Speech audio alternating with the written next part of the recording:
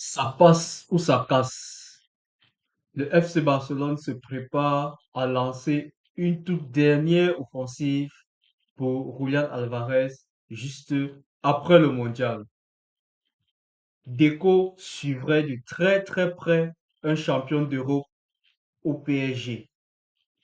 Et enfin, l'Arabie Saoudite n'a qu'un seul rêve dans la tête, Rafinha.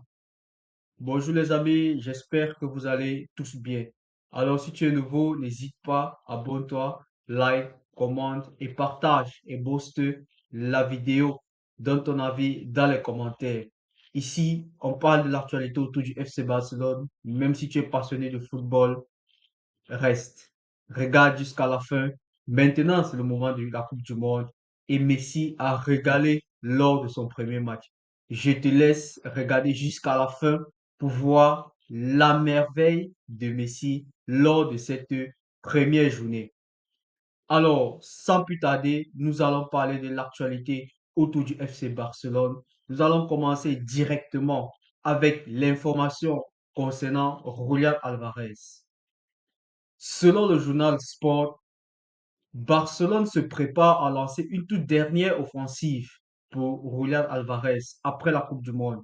L'idée est de soumettre une offre finale de 135 millions d'euros plus des variables qui pourraient porter la valeur du transfert à 150 millions d'euros. Alors, donnez-moi votre avis dans les commentaires.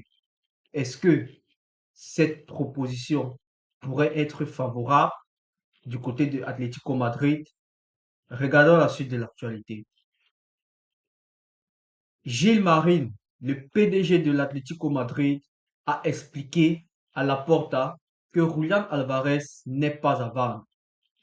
Mais le club a un accord avec Arsenal pour le moment. Mais Alvarez insiste uniquement sur le FC Barcelone.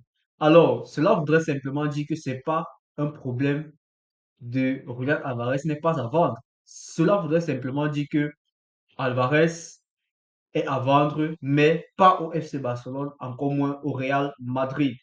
Donc, si Alvarez veut partir dans un club, alors c'est soit Arsenal, soit le Barça, à condition que le Barça vienne avec le montant demandé par Atlético Madrid.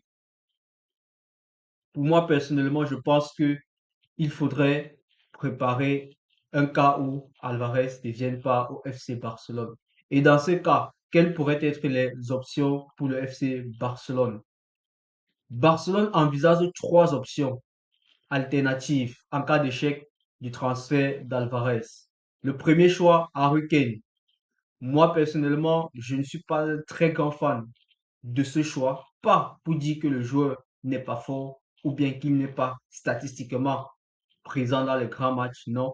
Mais juste que aujourd'hui, nous ne visons pas seulement le présent, mais nous visons aussi le futur. Nous avons des jeunes joueurs, Lamine Yamal, Koubarsi, Pedri, Bernal, toutes des jeunes. Donc, on aimerait construire pas seulement pour aujourd'hui, mais on aimerait aussi construire pour demain. Harry Kane est déjà vers la fin de sa carrière. Mais pourquoi pas? Mais à long terme, ça ne vaudra pas le coup. Junior Kroupi, effectivement, très belle saison pour lui du côté de Bournemouth, mais je pense que il peut euh, on ne peut pas se contenter de Coupi parce que c'est pas un joueur de très grande taille et nous, on a déjà assez de joueurs de petite taille. Avoir d'autres joueurs de petite taille, cela nous handicaperait, par exemple, sur les coups de pied arrêtés défensifs. Donc, et il y a également Mikel Oyarzabal, l'Espagnol, et on nous informe, selon le journal Sport, que João Pedro est pratiquement écarté. Alors, sur cette liste, si je devrais mettre ma pièce, ou je dirais, si je devais être l'oracle du FC Barcelone, je miserais plus pour Oyarzabal. Mais dites-moi dans les commentaires, pour vous, qui des trois vous pourrez prendre? Harry Kane, Junior Kroupi ou alors Mikel Oyarzabal ou peut-être João Pedro. Même si je pense toujours que João Pedro n'est pas totalement écarté. Moi, mes deux choix, se portent sur Mikel Oyarzabal et João Pedro. Voilà. Donnez-moi votre avis dans les commentaires. L'Arabie Saoudite garde l'option, Rafinha autant pour moi, garde l'option de l'Arabie Saoudite en tête après la Coupe du Monde. Sa bonne saison pourrait le faire rester, mais une offre énorme est attendue. L'arrivée d'Anthony Gordon pourrait aussi préparer un éventuel départ du Brésilien. Cette rumeur a fait beaucoup de jours, du moins cela est sorti bien avant que ce soit vraiment euh, annoncé avec des sources fiables, mais cela prouve simplement que euh, l'Arabie Saoudite, voilà, n'a qu'un seul nom en tête, c'est Rafinha. Attirer Rafinha dans son championnat, peu importe le montant. Mais qui est-ce que Rafinha pourra accepter? Ça, c'est la question. Mais l'entourage de Rafinha demande toute rumeur sur le départ de Barcelone. Aucune négociation ne serait en cours, y compris avec l'Arabie Saoudite. Le Brésilien est concentré sur sa Coupe du Monde et son objectif reste de poursuivre l'aventure au Barça et d'y gagner davantage des titres, nous rapporte le journal Sport. Voilà, comme je le disais, ce n'est pas évident de, de, de vouloir quitter comme ça pour de l'argent et tout. Mais il pourrait avoir des conditions, des circonstances de la vie qui peuvent pousser Rafinha à complètement lâcher le FC Barcelone, ou du moins à aller trouver mieux. Par exemple, on nous apprend que Ancelotti a testé une composition d'équipe à l'entraînement pour le mondial, le match contre Haïti, et Rafinha n'était pas dans le 11, donc il était sur le banc. Alors, est-ce que vous voyez si Rafinha perd sa place au Brésil, reviendra-t-il encore en Espagne au FC Barcelone? Ça, c'est des questions qu'il faudra se poser, on devrait vraiment se les poser. Alors, moi personnellement, je pense que Ancelotti n'est pas un très grand fan de Rafinha et il ne sait vraiment pas l'utiliser. Donc, pour moi, le voir sur le banc, je ne serais pas du tout étonné. Barcelone considère la prolongation de Cancelo comme une priorité absolue. Il existe une volonté commune entre les deux parties de poursuivre. Jorge Mendes travaille avec le club sur plusieurs options en attendant de connaître la position d'Al Hilal. Alors, Jorge Mendes travaille avec le club sur plusieurs autres options. Cela voudrait simplement dire que le FC Barcelone ne, on pourrait se retrouver sans João Cancelo au FC Barcelone la saison prochaine. Donc, ça veut dire que c'est soit Al Hilal accepte les conditions que le propose le FC Barcelone, soit alors on va le laisser avec Cancelo. Et le FC Barcelone travaille déjà sur d'autres alternatives. Moi, je suis en train de voir que le FC Barcelone, pardon, n'aura pas Cancelo la saison prochaine. Cela sera très, très, très, très difficile. J'imagine aussi, si Cancelo prend le mondial avec le Portugal, il pourrait décider de, voilà, j'arrête et je vais pas me concentrer sur me faire de l'argent pour assurer mon après-football, carrière et tout. Voilà, mais personne n'a la science infuse, hein, donc c'est juste mon avis, mais le temps peut me contredire. Quelques actualités autour du FC Barcelone. Le Barça travaille pour finaliser le recrutement de John Virgili et le prêter au Betis Séville. Alors, oui, Jean Virgili, ces derniers temps, a beaucoup été lié au FC Barcelone.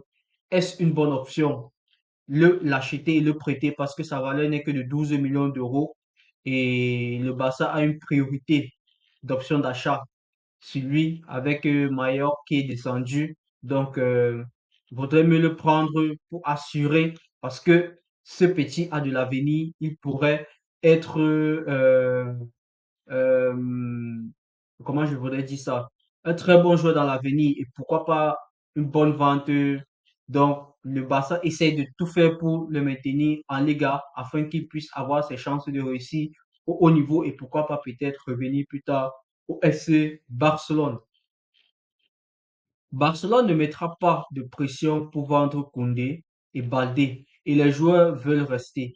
Ainsi, si aucune offre financière irrésistible n'arrive, ils continueront au sein de l'équipe. Alors moi, il y a des trucs que je suis pas fan dans cette information qui nous est donnée, apportée par Mundo Deportivo. Barcelone ne mettra pas la pression pour vendre Koundé Baldé et les joueurs veulent rester. Alors, ce n'est pas que là, présentement, on est en train de dire que les joueurs veulent rester. On ne dit pas que c'est le coach ou bien c'est Flick qui demande à ce qu'ils restent. Voilà, c'est pas une faveur qu'on leur fait, c'est qu'il mérite de rester. Maintenant, si l'un d'eux veut partir, il n'a qu'à partir, c'est aussi simple que ça. Mais tant que les deux ne veulent pas partir, il n'y a aucune raison de s'inquiéter. C'est une très belle chose que le FC Barcelone ne soit pas prêt que soit pas prêt vraiment à vendre facilement comme ça. Donc, il faudrait vraiment que une offre aussi irréaliste arrive sur la table pour pouvoir penser à une éventuelle vente ou à un éventuel départ. Je vous ai parlé tout à l'heure, lors du titre, comme vous l'avez vu sur l'image, le FC Barcelone piste, le FC Barcelone où Deco a un regard, suit de très près la situation d'un champion d'Europe au PSG. Mais de qui s'agit-il? Deco a rencontré aujourd'hui les agents de Kangin Lee et de Ravi Guerra. Xavi Guerra joue à Valence et Kangin joue au PSG. Même si au PSG, il n'a pas assez de temps de jeu, il leur a posé des questions de manière informelle. Le père de Guerra était également présent lors de la réunion. Deco suit les situations des deux joueurs attentivement. Avec Guerra, il s'agissait davantage d'une consultation, le cas échéant avec son père, qui a déclaré il y a une semaine qu'il se sentait bien à Valence. Kanguili est également suivi, bien qu'aucune négociation n'ait encore eu lieu jusqu'à présent. Ce n'est pas de cet agent dont le journaliste a parlé hier, il s'agit d'un autre agent et ce n'est pas Sissoko. Sissoko, ce n'est nul d'autre que l'agent de Bradley Barcola. Donc, est-ce une autre surprise que nous réserve le déco? On verra cela par la suite. Quelques dernières informations concernant Ronny Bardghji, la pépite suédoise. Flick continue d'évaluer le remplaçant de Lamine Yamal pour la saison prochaine. Pour l'instant, Ronny reste l'option principale, mais le Barça est ouvert à le vendre et n'a pas encore reçu d'offres concrètes malgré l'intérêt de plusieurs clubs. Son avenir au sein du club est vraiment incertain. Et Mundo Deportivo nous confirme cela encore que Flick a dit franchement à Ronny qu'il doit partir chercher du temps de jeu, car il serait très difficile d'en obtenir au FC Barcelone, surtout quand tu as le titulaire qui s'appelle Lamine Yamal. En Angleterre, le joueur suscite un grand intérêt, surtout après le but qu'il a marqué auparavant avec Copenhague contre Manchester United. Un but qui a fait grand bruit. Moi, personnellement, je pense que c'est un joueur qui doit avoir des minutes. Maintenant, si cela se fait loin du FC Barcelone ou au FC Barcelone, c'est toujours bien pour lui. Mais je pense que le Barça ne devrait pas se séparer ou s'il se sépare, qu'il mette une obligation ou bien une priorité d'option de rachat dans sa clause définitive. Alors les amis, c'est la fin de ce Zap Info Barça. Merci d'avoir suivi la vidéo jusqu'à la fin. N'oubliez, je ne t'ai pas oublié la vidéo ou la surprise que Messi a fait, ou du moins que le public a rendu à Messi. C'est juste après cette vidéo. Mais j'aimerais te dire merci, toi qui es arrivé jusqu'à la fin. Mets dans les commentaires Messi pour la vie. Merci pour la vie. Je saurais que tu es arrivé jusqu'à la fin. Et surtout, abonne-toi, like, commente et partage. Comme ça, cela aide à agrandir la communauté. On se donne rendez-vous à une prochaine vidéo. Ciao, ciao.